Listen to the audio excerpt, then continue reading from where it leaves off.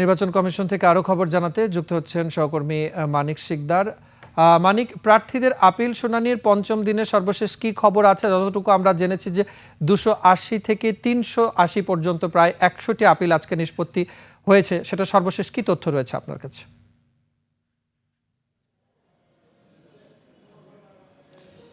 মুজাহিদ, আজকে পঞ্চম দিনের মতো আপিল শুনানি হয়েছে এবং আজকে 100টি আপিলের শুনানি হয় এবং এই 100টির মধ্যে 73টি আপিল মঞ্জুর করেছে নির্বাচন কমিশন এবং 17টি নামঞ্জুর করেছেন। অপেক্ষমান আছে আরও 10টি।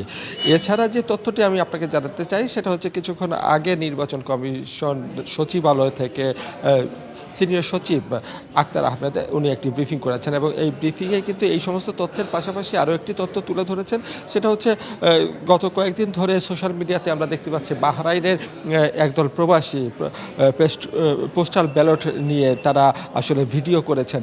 এই বিষয়টা নিয়ে তাদেরকে প্রশ্ন করা হলে তারা যেটা বলেছেন যে অনেক উৎসাহের কারণে এই ঘটনাটা ঘটেছে, কিন্তু এটি একটি অনাকাঙ্ক্ষিত ঘটনা বলে তারা মনে করছেন।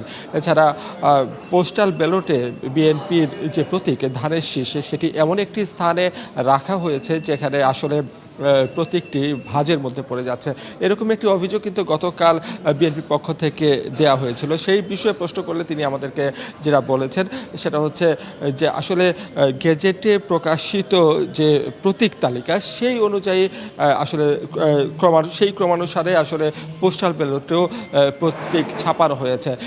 যদি ইসি এটা চায় ভবিষ্যতে সেটা হয়তো পরিবর্তন হতেও পারে, তবে এটা সিদ্ধান্ত নেবে নির্বাচন কমিশন।